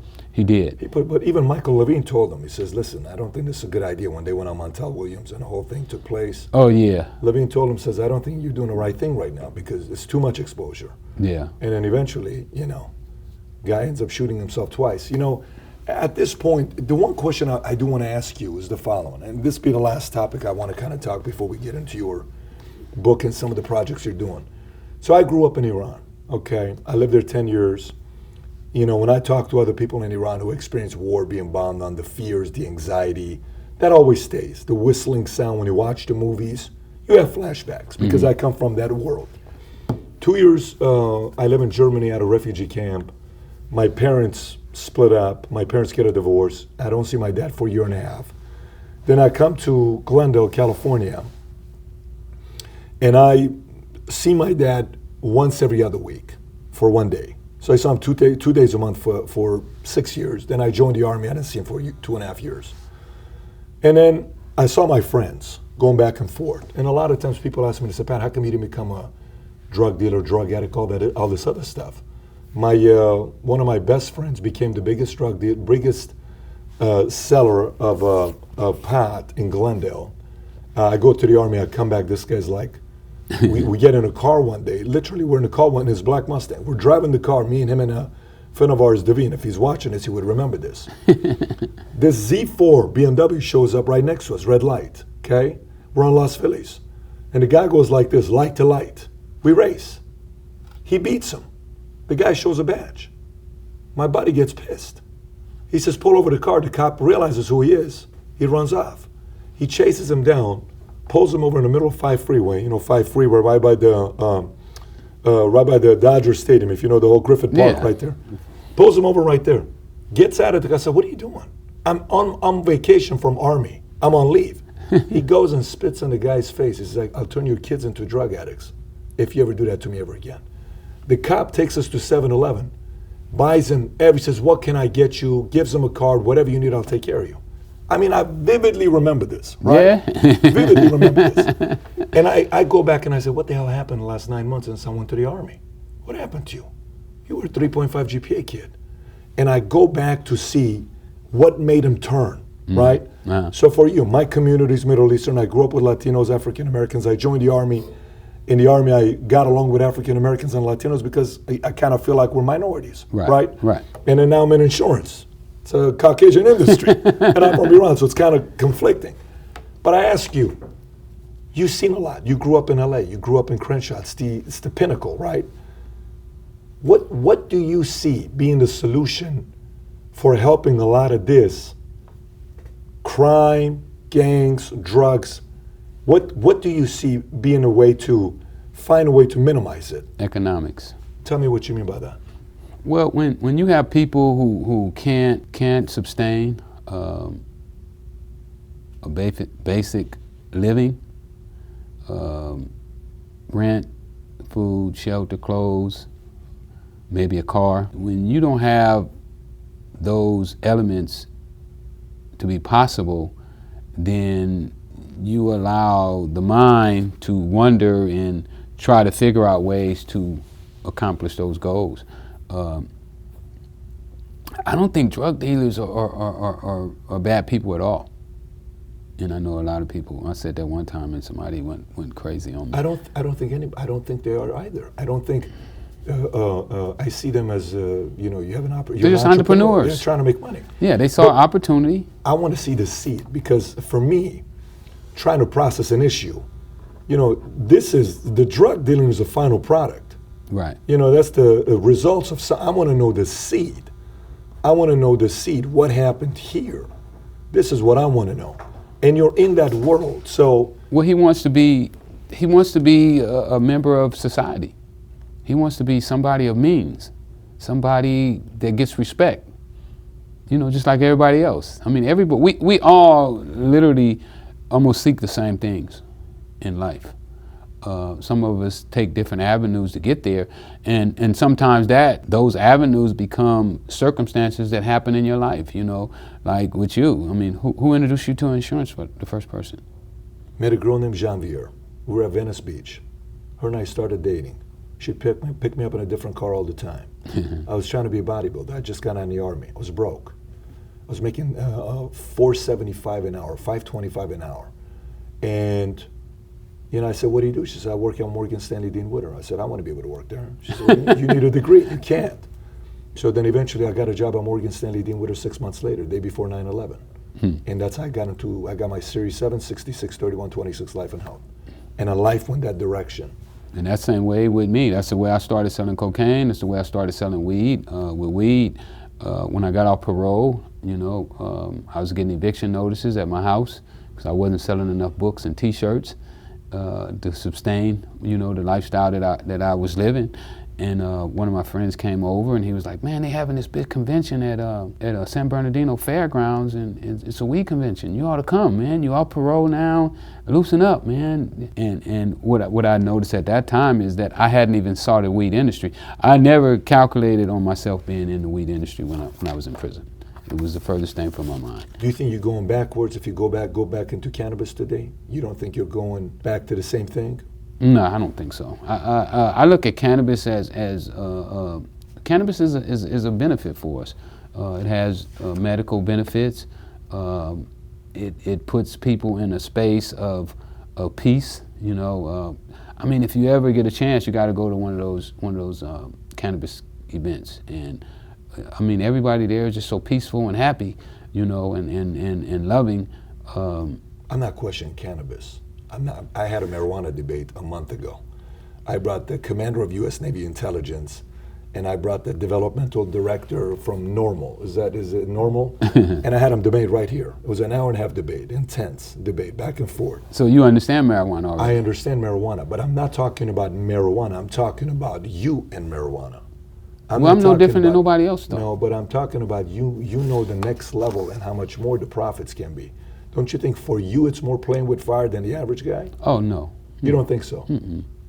I would never go back to selling cocaine, no matter what happened. Why do you say that? Because I only sold cocaine because I had no other avenue. Of making money. I was stuck. But don't you think you could have been a sales manager and put a team together and gone selling like? But I didn't know that at the time. Can you imagine if you have somebody who think that they're dumb, stupid, they think they're a gangbanger, they think they're a thief? You thought all those things about yourself? Absolutely. But you're incredible in math. Yeah, but I didn't understand that. I didn't understand that you could be incredible in math, and I didn't know I was incredible with people. I mean, I had, at that time, I probably had about 15, 20 guys that followed me everywhere I went. If I said to do something, they would go and do it. Yeah, you say what if you grew up in Beverly Hills 90210, 15 miles away from Crenshaw, okay? 18 miles away, whatever the number is, 18 miles away. to a completely different family, I would have been a different person. you would have been a different person. Absolutely. So when you're going back to economics, so going back to some of these communities, pick Crenshaw, pick Southside Chicago, pick some parts of New York, pick some parts of Miami, pick some parts of even Dallas here. You know, there's some bad areas in Dallas here as well. I come here and speak too. I spoke in Dallas. There's real good guys here in Dallas. Oak Cliff. Yeah, Oak Cliff. That's right. So, what can the community and the government do to inject hope in those areas? Anything? Well, we gotta offer opportunities. You know, people when they don't have opportunities, they get hopeless. And you know, a hopeless person, they don't care if they live or die. You know, when you got somebody who don't know if they're gonna have a place to sleep, they don't know if they're gonna have food. You know, they don't have a girlfriend. They don't have family members that care about them. Then they get hopeless. You know, and I think so much centers around, I mean, just look at like the guy who just did the shooting the other day. He just lost his job. They don't think that had any effect on him committing the crime that he committed. Absolutely, because when you feel hopeless, then you don't care about yourself, so you can't care about anybody else. And I think that's the same thing that our kids are going through right now in these areas, and that's why I do my job right now. Let me ask you this: take the bottom 20 worst communities in U.S. Okay. Okay. Take bottom 20. I want to hear what you're going to say about this. Bottom 20. It's a required reading to read those 3 books before 5th grade. Absolutely. Let's just say we do that, and let's do the math for those kids. Bottom. It's 100,000 kids. Let's just say it's a small number, 100,000 kids.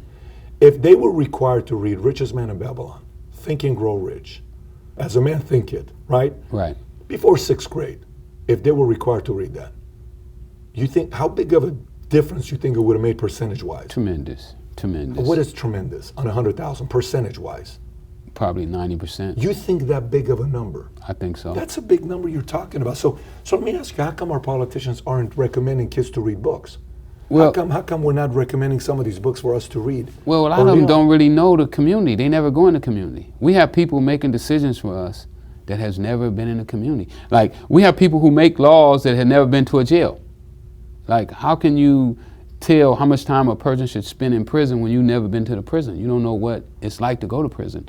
They never come to our communities. They never get out to You think meet. you have to go to jail to be able to know how to influence you? No. I mean, it's kind of like saying, I'm a gynecologist, but I'm a man, I've never had a kid.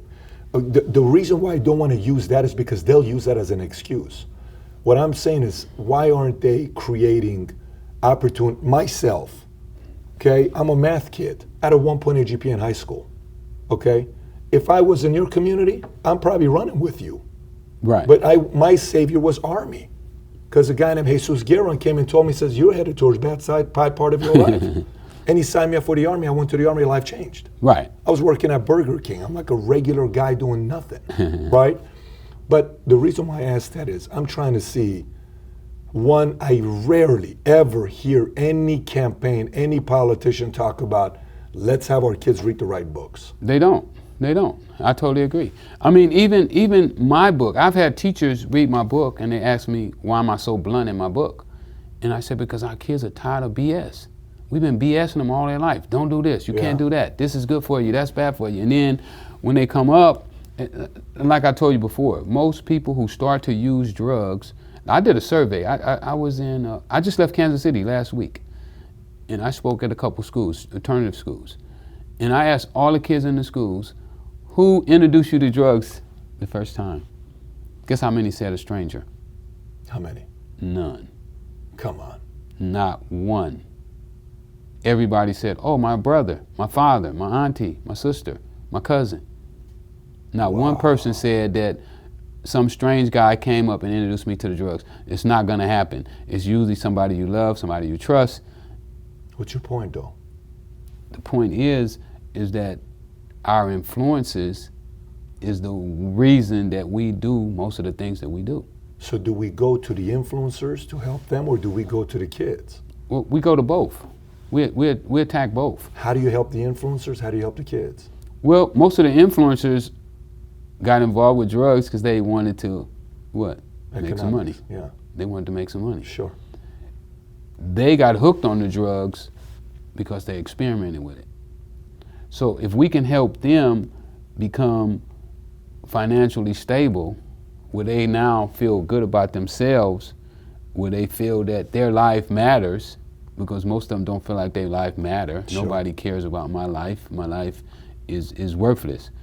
Then they can start to also influence the people that they normally introduce to drugs. But What are your thoughts about the fatherless kids? I mean, you know, the stats you hear about from the Census Bureau. definitely have an effect. I was a fatherless kid. In prison, 65% of the guys don't have fathers In prison, in prison. 65%. And it's about the same number for the ones who can't read. So there's a direct parallel to not having knowledge and going to prison. I did a radio show. I was in St. Louis about 4 or 5 years ago, and I was doing a radio show, and the guy that was doing the show with me, he had did a survey on the people who got killed in St. Louis. You know, St. Louis at that time was, I think, leading the country in murder rates, and he wanted to know why. So he did a survey. He said all the people that had got killed that year, none had a high school diploma. So what that told me was not being smart was a direct connection to you being killed. So you having a father figure growing up with you, you would have possibly been a whole different human being. Oh, absolutely, absolutely. Anybody, I mean, because my whole thing is that I was looking for knowledge. I wouldn't have took cocaine if I wasn't looking. You know, I would have missed it. But I was looking for an opportunity to build myself on. Yeah, you know, Don Lemon once said from CNN, more than 72% of African American births are out of wedlock, is what he said. Wow. 72%. That's a big number right there. How much you think values and principles plays a role? Oh man, values and principles are the keys. You know, if you got values and principles, then you can do anything. But without those values and principles, then you'll do anything the other way. You know, Chris Rock, Chris Rock, the comedian, one time he's telling this joke. He says, you know, the one thing about men and women, you know, the media's trying to make women say you don't need men, you can be independent, all this other stuff. He says, go try raising a kid, and you go tell your boys what to do.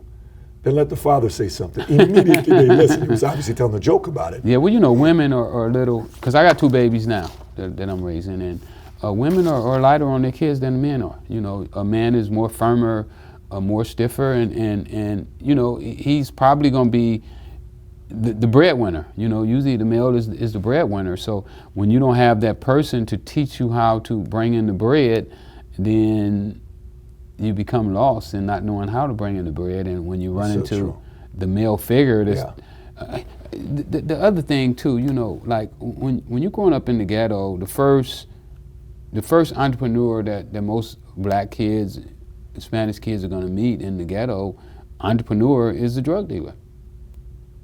You know, and then the next one might be a robber, a car thief, a pimp. You know, these are the role models. When I was sitting in prison one day, and I was just playing with my mind, and I was saying, what if they would have had a IQ test on criminality? You know, how well would I have scored? Because all the crimes that I hadn't committed, I knew how to commit them because guys in the neighborhood had told me how to do it. Wow. So when you look at the career choices that our people are having, you know, a lot of times they feed our kids BS. And then you top that. That's a good point. It's not like you're not willing to learn. It's just what's being fed to you to process in your mind. Exactly. And then we're letting street dudes outwork the people that's supposed to be teaching. You know, most teachers don't want to be there.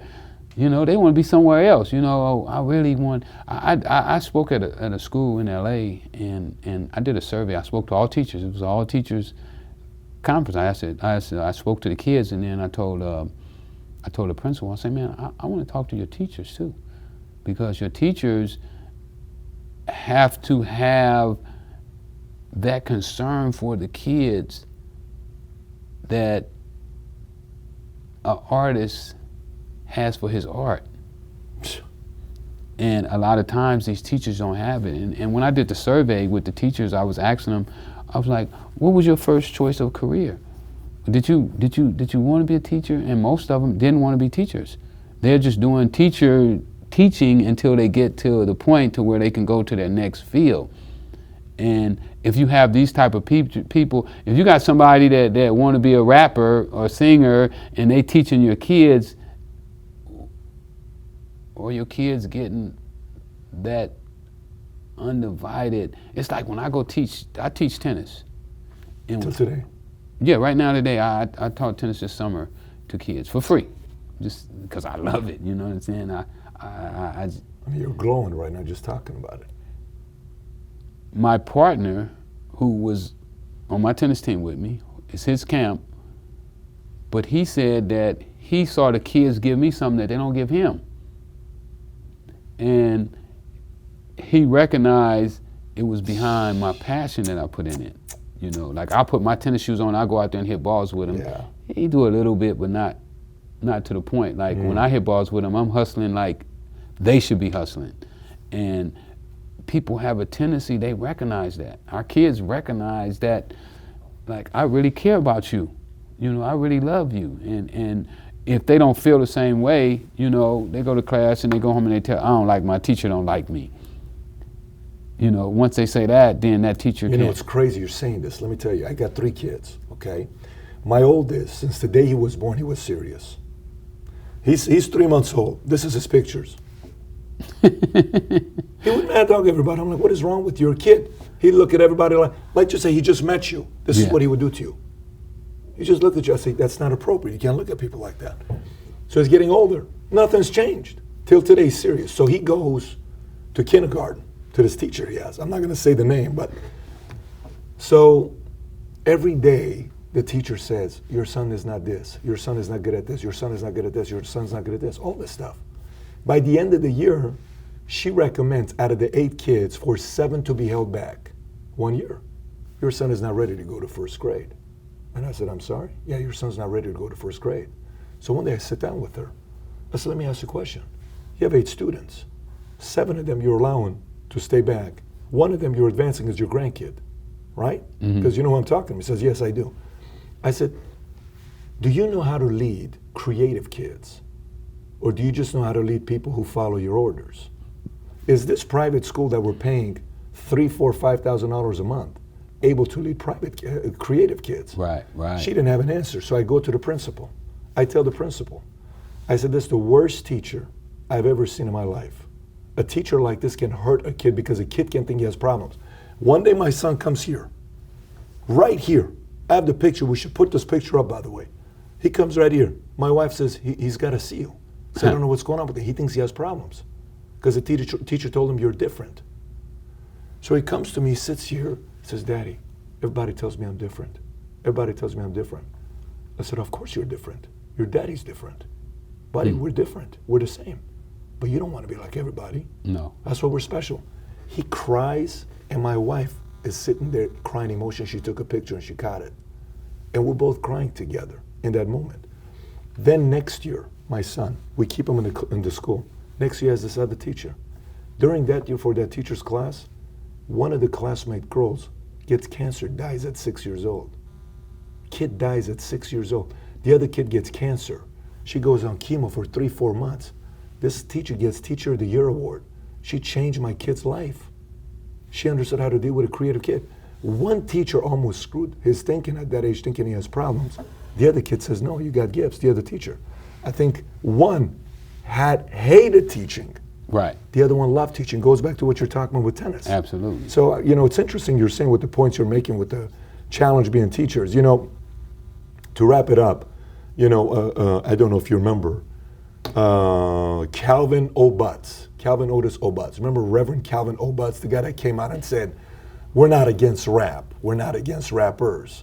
But we are against those thugs. Do you remember that whole? I don't remember. And then, you know, Bone Thugs and Harmony put it in the song. It's the thuggish, ruggish bone that started at the beginning. So that was the beginning of the pastor. So based on what you're saying, my biggest thing is prior to somebody becoming a thug, man, they were a regular kid that have the ability to do so much big. And based on some of the ideas you got, I can only imagine what things would happen if people applied some of these ideas. Last thing to do with you, speed round. I'm gonna give you a name. You tell me the first thing that comes to your mind. All right. Okay? I tell you a name, you tell me the first thing that comes to your mind. Okay, Arthur Ashe. Great. Officer Robert Juarez. Corrupt. Tupac. A genius. Ronald Reagan. A thug. Gary Webb. A humanitarian. Humanitarian. Yes. Bill Clinton. I don't know. Jury's out on Bill. Jury's out on Bill. Okay. Oliver North. A patriot. Rapper Rick Ross. Fraud. Obama. Politician. 25-year-old Rick Ross. Lost. Danilo Blandin. Lost. Pablo Escobar. Pablo Escobar. Rich. Powerful. Rich. Rich and powerful. Rich and powerful. Maxine Waters. Courageous. Courageous. Daniel Ortega. Daniel Ortega. I guess he was a patriot. He was a patriot. Daniel Ortega. Man, it's interesting talking to you because you have experiences that people don't have, and you can give perspective from a standpoint where everybody can get smarter to know how we can make a difference in a lot of kids' lives so they can take a complete different direction in their life. So I appreciate you opening up your book. We're going to put links below to your book. Okay. As well as you got some real cool shirts you sell out. I love what Rogan did, man. A lot of respect for Joe. Oh, Shout out to Joe Rogan. Yeah, Joe he ends helped up selling the shirts. He wears it. The real Rick Ross is not a rapper. Do you still sell that shirt or no? Still, it's still today. It's Yeah, a classic. Let's put a picture of it up. The real Rick Ross doesn't sell. They counterfeit that shirt. Who did? People on the internet. Really? It's being counterfeited. Yeah. Well, we're gonna sell so yours. I'm like Nike. That's a compliment. Yeah, it's a compliment. We're gonna put yours below for people to be able to buy. When you get counterfeited, you came. You made it when you get counterfeited. So, Freeway Rick Ross, appreciate you flying out here thank and you. be willing to open up and be a guest on Valuetainment. Thank you for allowing me this opportunity, and speaking to you was from a total different perspective. So often people, you come in and you talk to people and they just go over the same things over and, oh, you sold drugs, and it's like this thing is more complicated than that. A lot of people, they want to blame me for the drug problem, but then I say, well, maybe you might have to blame Mike, the guy that put it on the table for me the first time. And then you could even go even deeper than that and say, well, maybe we're going to blame the guys that made Superfly, because that's the seed, the first. That's a whole different conversation, man, because movies has such a big impact on kids. Rap. So much to be talked about that, where our kids are getting their influences from. And then, it's so funny. I know we're getting ready to wrap up, but, I go to school sometime and I want to speak to our kids, and they won't allow me. They don't want our kids to get that experience, what it was like and how you got started and who's going to introduce you to drugs. And because now your kid is running around. Say if your kid is running around and he thinking, oh, it's going to be some strange monster that's going to come up and introduce me to drugs. But then it's his uncle or his brother. Wow. Or it's his cousin. Somebody that he genuinely cares about. Or his best friend at school. Somebody that's the macho man, whoever it is. But it's not the way that they're being taught, so they're not prepared for that conversation that's going to come. You're not prepared for when your uncle offers you drugs. You're prepared for when this monster comes up, this guy in the park who you never saw before, and he got a hood over his head. He comes in and he's like, hey, little boy, I got something for you. He's probably going to run, because that's how we teach our kids. Don't talk to strangers. But now when Johnny, his best friend at school, who he walks to school with every day, whose uncle just turned him on, and he didn't know no better. Now Johnny, who don't see the effects yet, because it takes a while for the effects to come, he turns your son on. And that's what's happening to our kids. Well, I'm hoping the right people watch this, man. I'm hoping the right people Because the whole basic thing about the right books can change people's lives. It did it to you, did it to me, man. Absolutely. I read 1,1600 books, completely changed my life. I mean, you see the bookshelf over there. I don't have a 4-year degree. I don't have a 2-year degree. Somebody simply, my sister recommended me How to Influence and Influence People. And I read that one too. Robbie Solomon recommended me How to Master the Art of Selling by Tom Hopkins. And for me, I got addicted. I said, I cannot believe this information's in books. And the rest is history. That's what I said too when I started reading. Brother, again, thanks for coming out, man. Truly, really enjoyed it. Thanks for coming out. All mine. It was wonderful. Likewise. Take Thank care. you.